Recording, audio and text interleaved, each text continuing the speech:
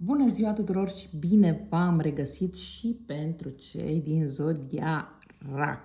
Deci am ajuns și la Zodia Rac.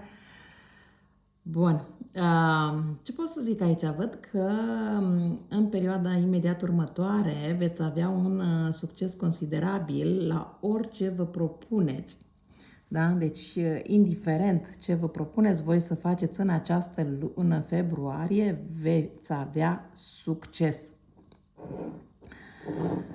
Din câte văd aici, așteptați vești de la persoana iubită, posibil ca unul dintre voi doi să aveți inițiala L, I, Z în unele situații sau în unele cazuri.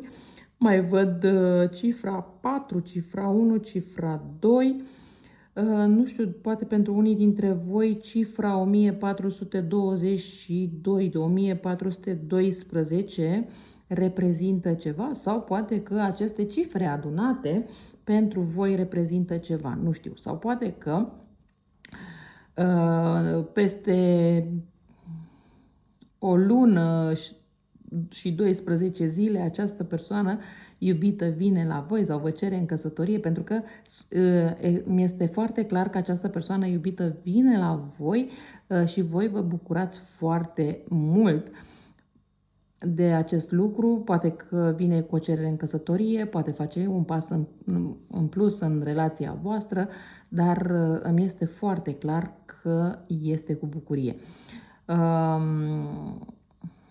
Sau poate că în luna a patra, în ziua 12 sau 22, da? Chiar dacă această ceașcă de cafea este pentru luna februarie, da? Sau poate că pe data de 14 februarie această persoană vă face o declarație cum nu v-ați mai așteptat și vă bucurați foarte mult, dar este o bucurie atât de mare încât ori rămâneți puțin șocați, șocate și nu veți ști cum să reacționați sau pur și simplu vă puneți pe plâns, dar sunt lacrimi de bucurie.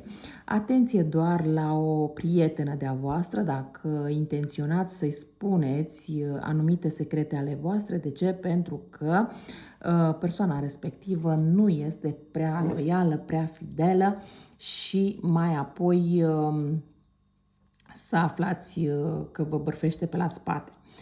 Cum se spune, în față te pupă și în spate te frige, da?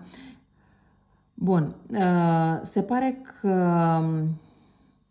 aici, în unele cupluri, unde există destul de multă bucurie, una din cele două persoane este zodia Pești sau poate cu ascendent în zodia Pești.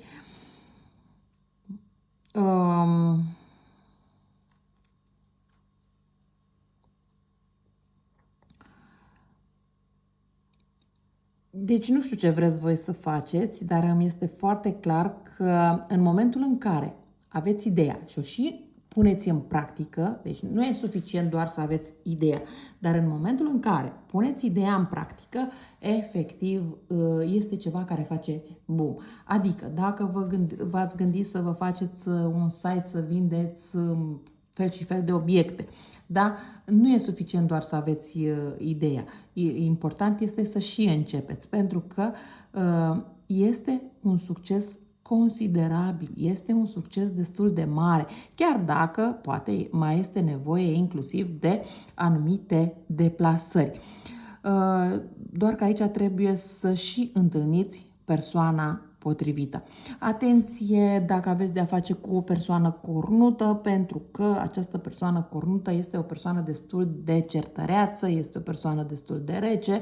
N-ar fi nimic exclus aici ca această persoană cornută să fie inclusiv o persoană destul de narcisistă și cu care să nu vă prea puteți înțelege. Mai ales dacă acolo unde sunt în familie două persoane cornute, în luna februarie se pare că se ceartă destul de mult. Da, chiar dacă voi sunteți rac, sau aveți ascendent în rac, asta nu înseamnă că în familie nu puteți avea două persoane cornute. Da? Deci se pot întâmpla și astfel de situații, de asta vă spun un pic de atenție la persoanele respective, pentru că vor avea tendința să se cam certe în această lună februarie. Da? Bineînțeles că acum nu în toate cazurile. Este o etalare generală, nu personală, deci nu vi se poate potrivi tuturor.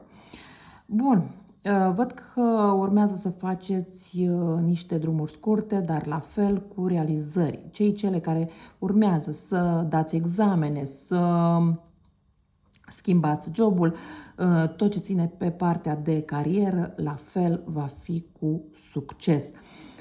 Da, într-adevăr, mai sunt și bârfe, pentru că până la urmă nu se poate fără bârfe, dar ideea este ce înțelegeți voi din aceste bârfe în această lună februarie. De ce? Pentru că dacă nu vă enervați în momentul în care aflați bârfele și luați și analizați fiecare bârfă în parte, veți constata că printre atâtea vorbe poate mai negative sunt și câteva pozitive de care vă puteți folosi și cumva pentru voi aceste bârfe pot fi niște lecții din care aveți de învățat și prin intermediul cărora vă puteți ridica în ochii celorlalți. Dar, așa cum am spus, depinde de fiecare dintre voi cum știe să se folosească de aceste bârfe. Mai văd aici foarte clar simbolul iubirii, care este în această lună februarie pentru voi, poate și din cauza că este 14 februarie, este 24 februarie Dragobetele, da? Unde